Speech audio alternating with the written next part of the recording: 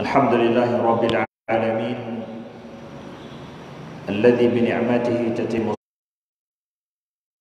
salihat wa bifadlihi tatanazzalul khairat wal barakat wa bitaufiqihi tatahaqqaqu wal maqasid wal ghayat. Ashhadu an la ilaha illallah wahdahu la syarika lah wa ashhadu anna Muhammadan abduhu wa rasuluh. Allahumma salli wa sallim wa barik ala sayyidina Muhammadin wa ala alihi wa sahbihi wa sallim.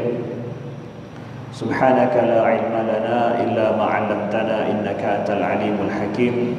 Allahumma 'allimna ma yanfa'una wanfa'na bima 'allamtana wa zidna 'ilma. Rabbi shrah li sadri wa yassir li amri wahlul 'uqdatam min lisani yafqahu qawli. Amma ba'du. Hadirin sidang jamaah salat subuh yang dimuliakan Allah.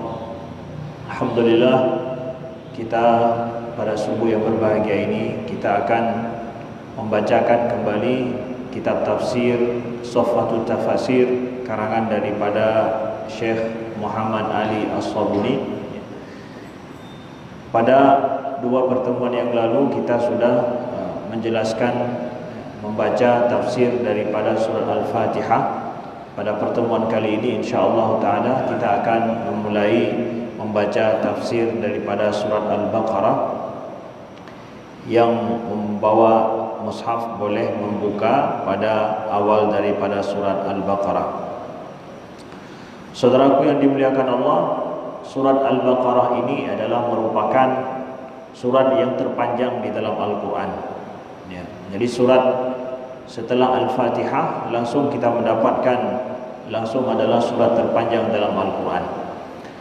Surat tersebut, surat ini banyak mengandung topik-topik penting dalam kehidupan muslim, mulai dari masalah akidah, masalah ibadah, muamalat, akhlak ya, perkara masalah nikah, talak, iddah dan lain-lainnya ya. Begitu juga surat Al-Baqarah ini berbicara tentang ahlu kitab ya. Berbicara tentang bagaimana pertama sekali pensyariatan perundang-undangan di dalam Islam ketika awal di Madinah. Nah, ada masalah hukum haji, hukum puasa ya, salat apalagi. Jadi sangat komprehensif, sangat mencakup ya, berbicara dalam banyak hal ya. Karena surat Al-Baqarah ini adalah surat yang diturunkan oleh Allah untuk awal-awal daripada pensyariatan di dalam Islam. Ketika awal mula berdirinya negara Islam di Madinah, maka sebuah negara itu perlu kepada hukum, perlu kepada undang-undang, perlu kepada aturan. Nah, aturan ketika datang Nabi Muhammad membuat negara Islam, aturan yang harus ada adalah aturan Islam. Tidak ada aturan lain. Tidak ada diambil undang-undang dari Romawi, diambil undang-undang daripada Persia, tidak ada. Mutlak undang-undang baru, aturan baru. Nah, aturan baru tersebut dari mana? Nabi buat sendiri atau diwahyukan kepada beliau? Diwahyukan kepada beliau melalui Al-Quran. Nah, jadi kita dapatkan ya, pensyariatan khusus ya di dalam surat Al-Baqarah ini, bagaimana tahap-tahap undang-undang negara dibuat itu ada di dalam surat tersebut. Nah, kemudian berbicara juga masalah riba ya, panjang Allah berbicara masalah riba di dalam surat Al-Baqarah. Jadi ini betul-betul ya bicara tentang masalah ekonomi juga ya, bicara tentang masalah haramnya khamar ya. Nah, ini adalah pensyariatan awalnya. Nah, selanjutnya kita dapatkan surat Al-Baqarah ini ya, di awal mula kita ingin pahami surah Al-Baqarah yang bernama sapi, yang bermakna sapi betina ya. Awal kisah kenapa disebutkan surat Al-Baqarah dengan sapi betina ini adalah karena kisah Bani Israel dengan Nabi Musa alaihissalam. Ketika Bani Israel ya, ada terjadi pada masa Nabi Musa pembunuhan yang dilakukan oleh orang dekat, tetapi kemudian dia menuduh orang lain yang membunuh saudaranya tersebut. Jadi ada kerabat yang membunuh, ada seorang membunuh kerabatnya. Kemudian dia menuduh yang membunuh kerabatnya itu orang lain. terjadilah cekcok, ya, sehingga tidak diketahui siapa pembunuh tersebut. Maka Allah wahyukan kepada Nabi Musa untuk menyembelih seekor sapi, ya, menyembelih seekor sapi. Disuruh oleh Nabi Musa untuk menyembelih seekor sapi, ya.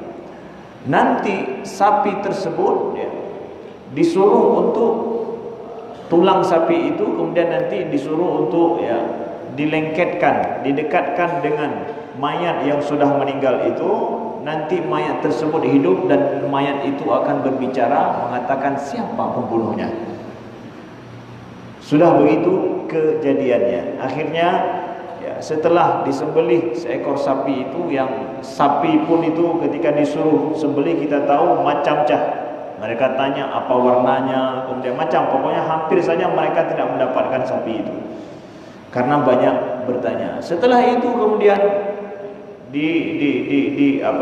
dipukulkan antara sapi tersebut dengan mayat itu. Akhirnya mayat itu dihidupkan oleh Allah Subhanahu wa taala sebagai mukjizat bagi Bani Israel juga terhadap Nabi Musa, ya.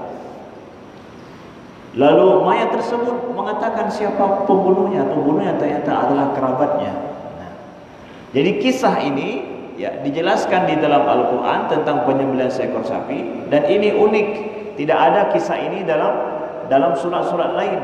Sehingga menurut para ulama dalam ulumul Quran, di antara sebab-sebab dinamakan sebuah surat dengan nama tertentu itu adalah karena ada kisah yang unik di dalamnya yang enggak ada dalam surat-surat lain. Jadi surat kisah tentang penyembelihan sapi yang disuruh oleh Nabi Musa itu pada Bani Israel itu disebutkan dalam surat ini.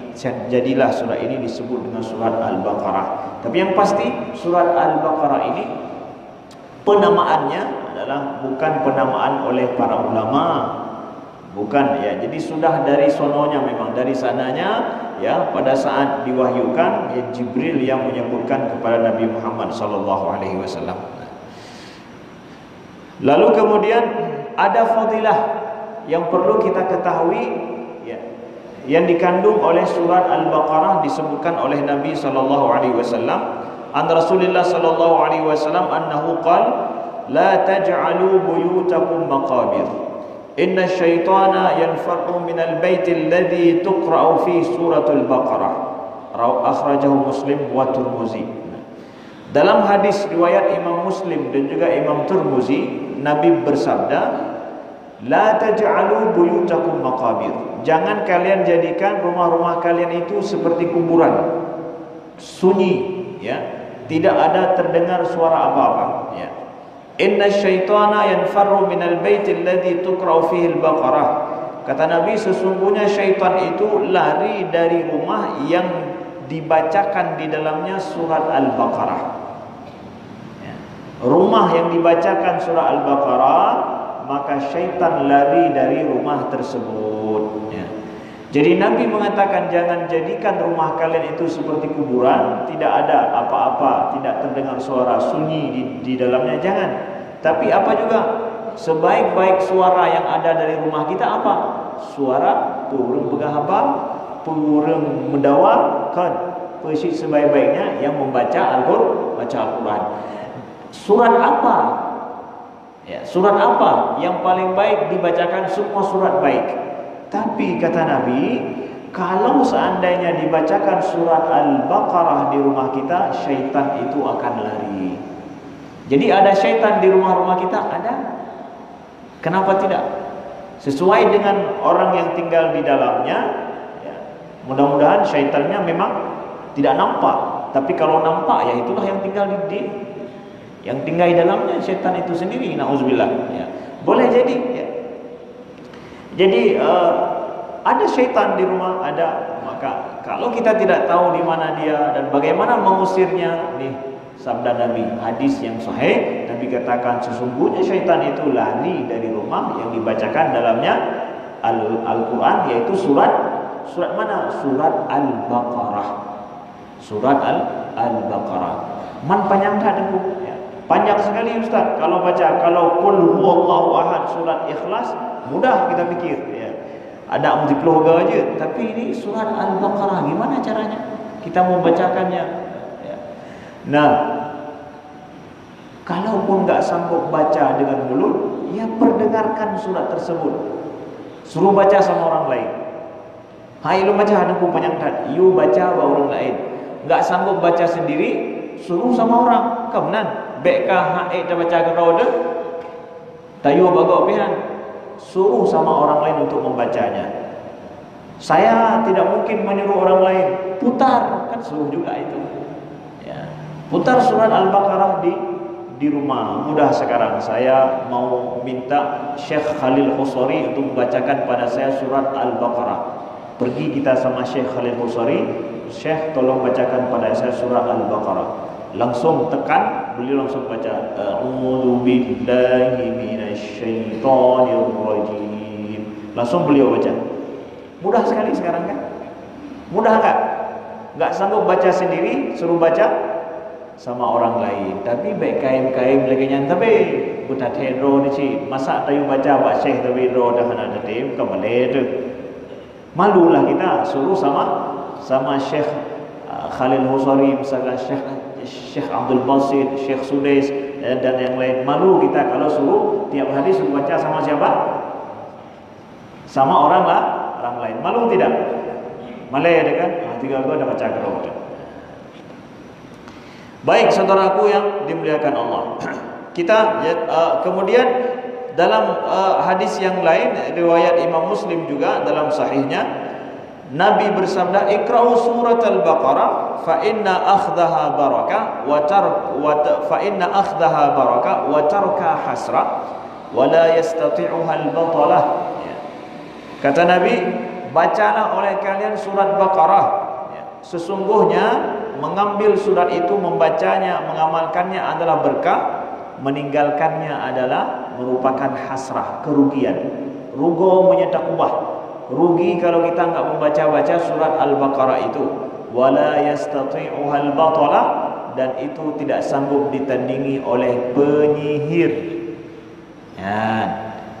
Hadis tadi Nabi sebutkan ada syaitan. Kita usir syaitan dari rumah kita. Hadis ini Nabi mengatakan bahwa apabila dibacakan surat Al-Baqarah itu, maka penyihir akan menjauh.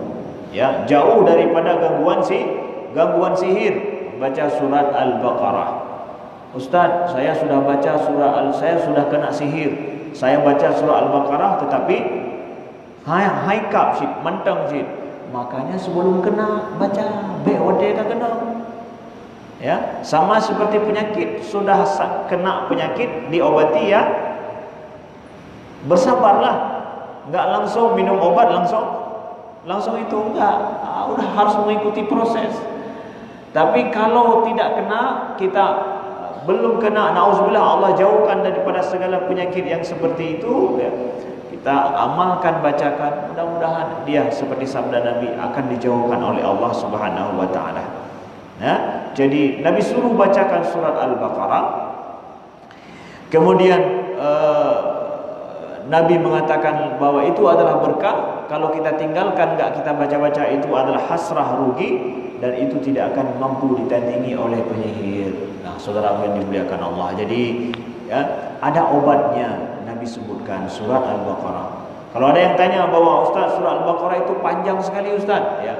Kalaupun enggak baca semua, baca sebahagian. Ya. Baca sebahagian.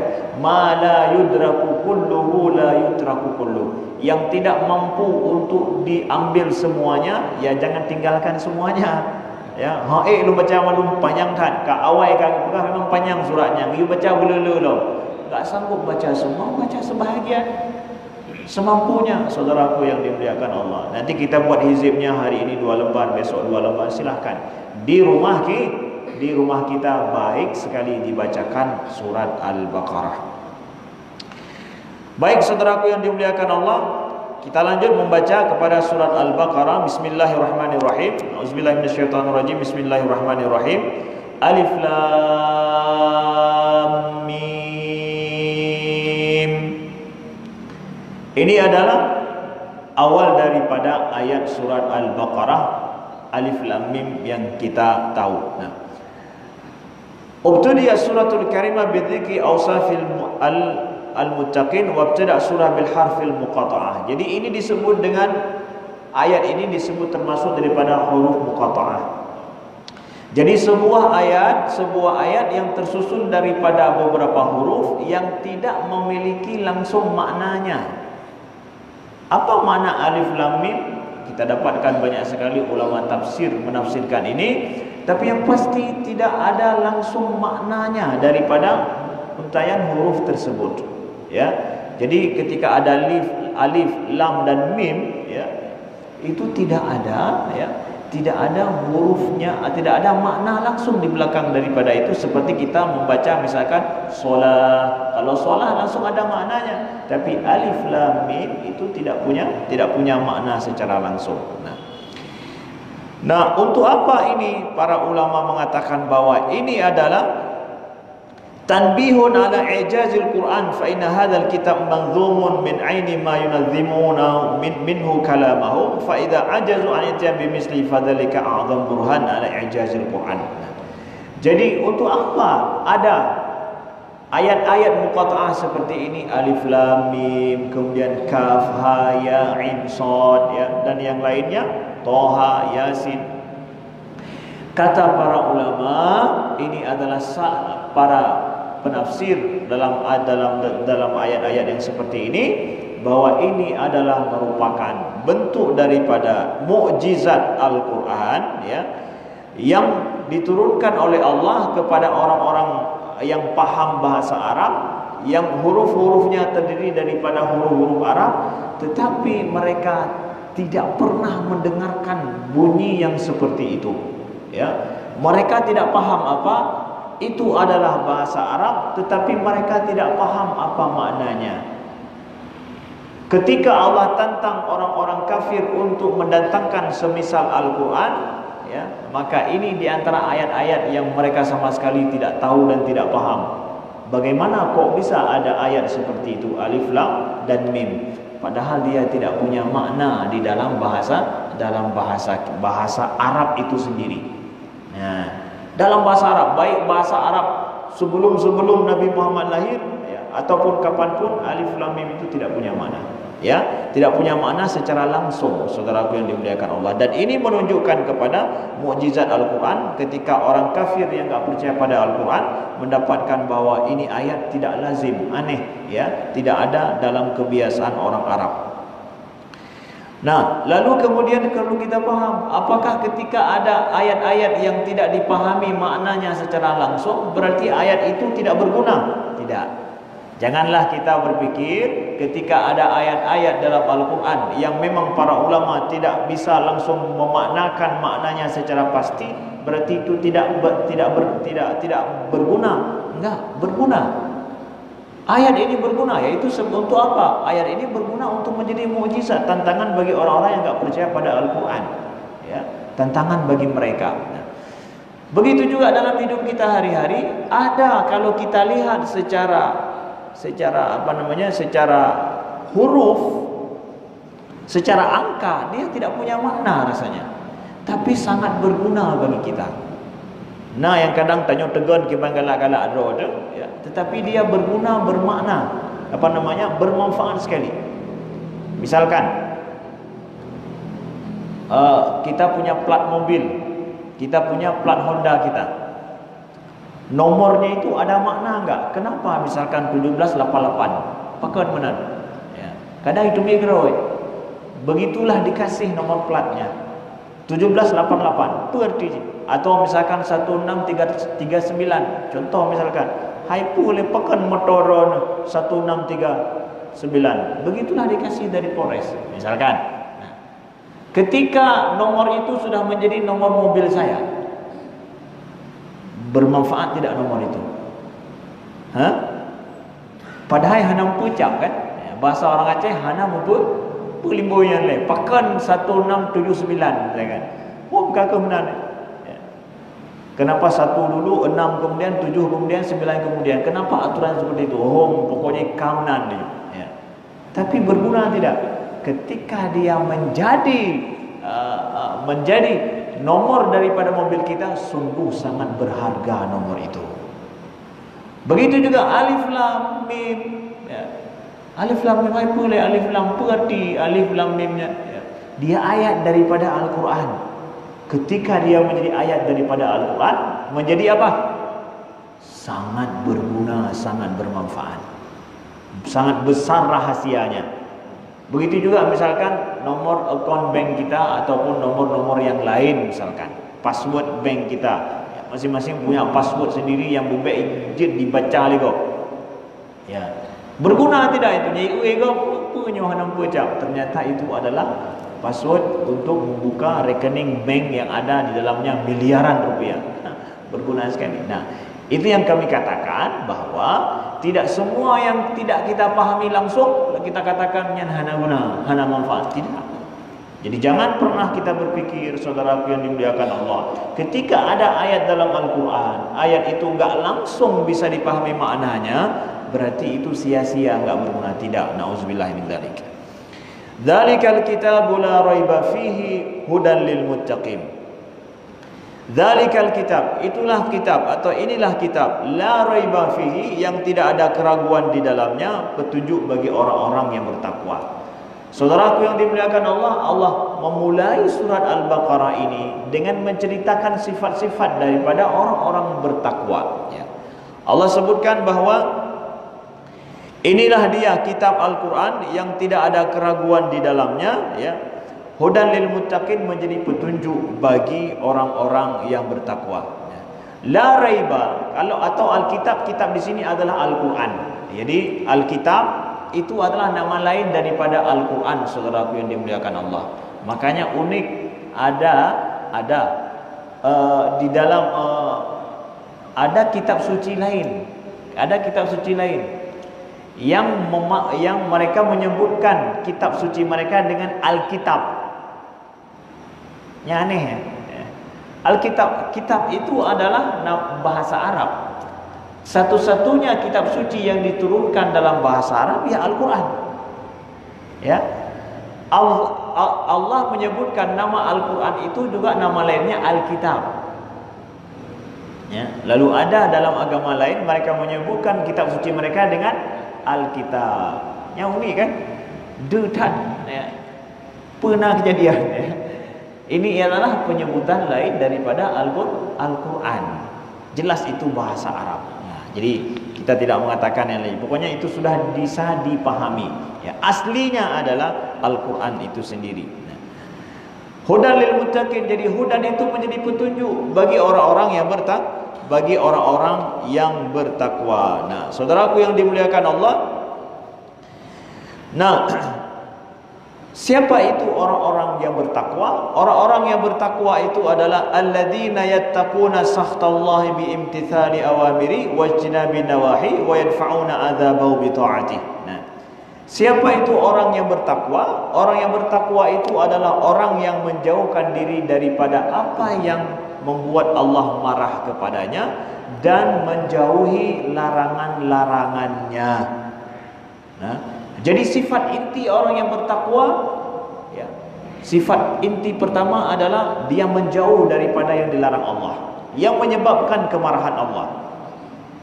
Banyak berbuat kewajiban, ya, berbuat wajib, tapi inti dasar awalnya adalah menjauhi diri daripada yang dilarang Allah. Dia lebih berfikir banyak kepada yang dilarang Allah, yang membuat Allah murka kepadanya. Jadi dia punya prinsip hidup, kalau ini mengundang azab Allah, kalau ini bisa menjadi dosa, saya tidak akan mau untuk melakukannya. Ini ciri orang yang bertakwa funhat.